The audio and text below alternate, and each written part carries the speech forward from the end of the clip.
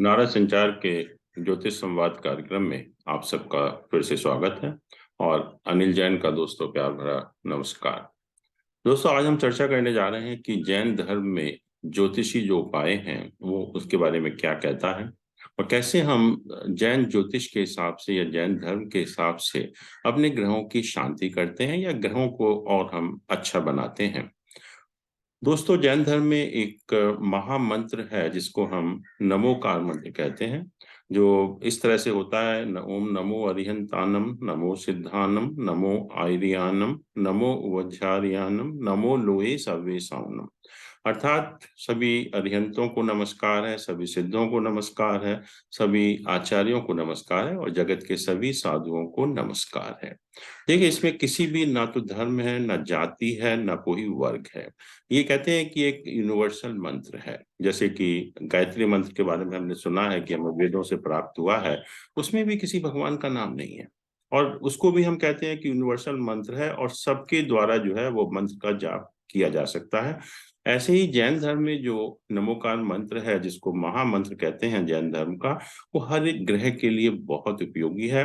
और जैसे गायत्री मंत्र है, ऐसे ही नमोकार मंत्र है। इन दोनों मंत्रों का अगर हम जाप करते हैं तो देखिए, सबसे पहले तो हमारा शरीर में जो एनर्जी है, उत्साह है, या सकारात्मकता है, या हम परमार्थ में हमारी रुचि जो है बनी रहती है। शरीर हमारा स्वस्थ रहता है, हमारे जो सुख समृद्धि हमारे जीवन में बनी रहती है, हमारे कार्य क्षेत्र में हमें सफलता मिलती है, और विद्यार्थियों को खासतौर से उनका जो कंसंट्रेशन है वो पूरी तरह से बना रहता है इन मंत्रों के द्वारा। और इसी मंत्र से, एक एक लाइन से, हम ग्रहों का उपाय भी करते हैं।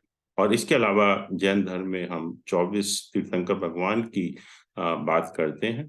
और जो जितने भी ग्रह हैं उन वो भी इनमें से 24 तीर्थंकर भगवान में से एक भगवान के कारक भी हैं। जैसे सूर्य है, वो पद्म प्रभु भगवान उनको रिप्रेजेंट करते हैं। चंद्र ग्रह है, उसको चंद्र प्रभु भगवान कारक हैं। मंगल ग्रह है, वासुपूज भगवान कारक हैं। बुध ग्रह है, शांतिनाथ भगवान कारक हैं उसके। बृहस्पति है, आदिनाथ भगवान है, ऋषभ देव भगवान है, वो कारक हैं।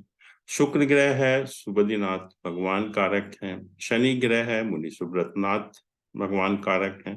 राहु है, श्री नेमिनाथ भगवान कारक हैं। और केतु श्री पार्श्वनाथ भगवान कारक हैं। और इन्हीं भगवान के मंत्रों का जाप करके, और साथ में अगर हम नमोकार मंत्र का भी जो रेलेवेंट लाइन है उसका जाप करेंगे तो इन सभी ग्रहों की शांति हो जाती है। और अगर कोई ग्रह परेशान कर रहे हैं आपको, कोई मैलिफिक हैं या अशुभ हैं, तो वो शुभ हो जाते हैं। और अगर शुभ है तो और ज्यादा उनकी शुभता जो है बढ़ जाती है। जैसे सूर्य ग्रह के अगर हम उपाय करने हैं तो पद्म प्रभु भगवान की पूजा करें, या ये मंत्र है पद्म प्रभु भगवान का, ओम रीम श्री पद्म प्रभु सूर्याय नमः। इस मंत्र का हम जाप कर सकते हैं। और जहां तक नमोकार मंत्र की बात है, ओम रीम नमो सिद्धानम, इसका अगर हम 108 बार जाप करेंगे तो सूर्य ग्रह अपने आप ही बलवान हो जाता है आपका। चंद्र ग्रह में चंद्र प्रभु भगवान कहा मैंने, तो ओम रीम श्री चंद्र प्रभु चंद्राय नमः।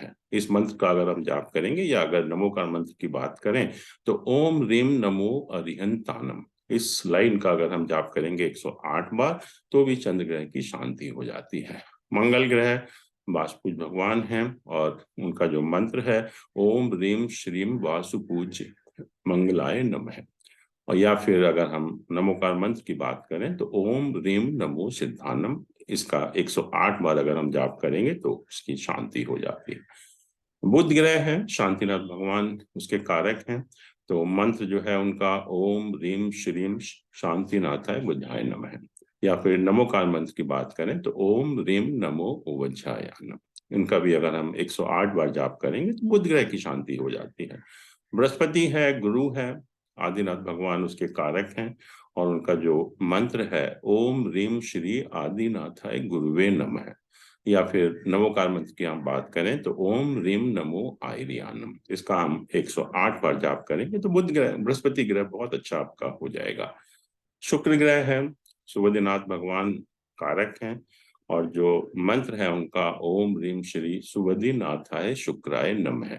इसका हम जाप करें, या अगर हम नमोकार मंत्र की बात करते हैं तो ओम रीम नमो अरिहंतानम, इस लाइन का अगर हम 108 बार जाप करेंगे तो शुक्र ग्रह की आपकी शांति हो जाती है। शनि ग्रह को श्री मुनि सुब्रत नाथ भगवान कारक हैं उसके जो है, और उनका जो मंत्र है ओम रीम श्री मुनि सुब्रत शनिश्चराय नमः। या फिर अगर हम नमोकार मंत्र की बात करें तो ओम रीम नमो लोई सर्वेशाम नम, इस लाइन का अगर हम 108 बार जाप करेंगे तो शनि ग्रह की शांति हो जाती है। राहु ग्रह श्री नेमिनाथ भगवान कारक हैं उसके, और उनका मंत्र है ओम रीम श्री नेमिनाथाय राहुवे नमः। या अगर हम नमोकार मंत्र की बात करें तो ओम रीम नमो लोहे सव्वे साउनम, 108 बार मंत्र का जाप करिए। केतु के लिए श्री पार्श्वनाथ भगवान हैं, उनका जो मंत्र है ओम रीम श्री पार्श्वनाथाय केतुवे नमः। या अगर हम नमोकार मंत्र की बात करें तो ओम रीम नमो लोहे सव्वे साउनम। और जो जैन धर्म का जो शास्त्र है, जो लघु विद्यानुवाद जिसको हम बोलते हैं, ये बेसिकली यंत्र मंत्र और तंत्र विद्या का शास्त्र है। इसमें बहुत सारे मंत्रों की चर्चा की गई, और अगर मैं आपको एक दो मंत्र उसका बताऊं और आप देखेंगे कैसे हम उससे लाभ उठा सकते हैं, तो एक मंत्र है ओम ऋषभाय नमः, छोटा सा मंत्र है ओम ऋषभाय नमः। और ये आदिश्वर भगवान के, आदिनाथ भगवान के समक्ष खड़े होकर अगर हम 108 बार प्रतिदिन इसका हम जाप करेंगे, और टोटल हमें जो जाप करना है इस मंत्र का 12,500 बार करना है।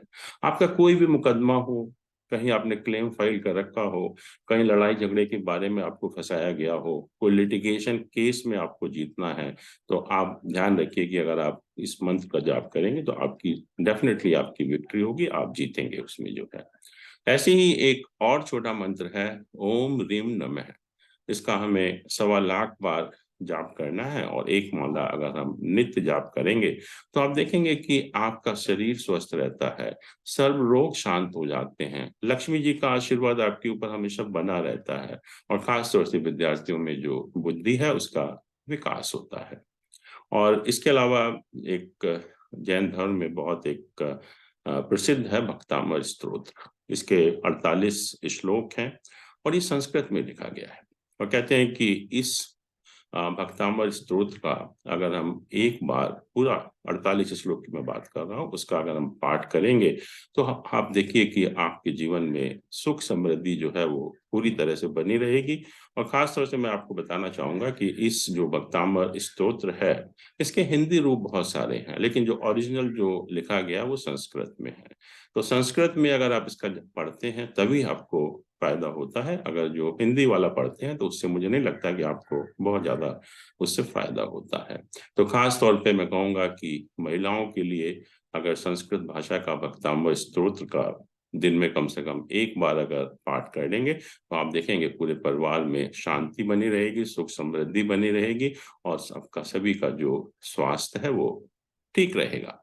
तो इस तरह से जैन धर्म में उपाय बताए गए। अभी मैं हमारा एक पार्श्वनाथ मंदिर है आई क्षेत्र जो रामनगर बरेली के पास में है, तो वहां मैं भी गया था, वहां पर एक ट्रस्टी गणों की मीटिंग हुई थी।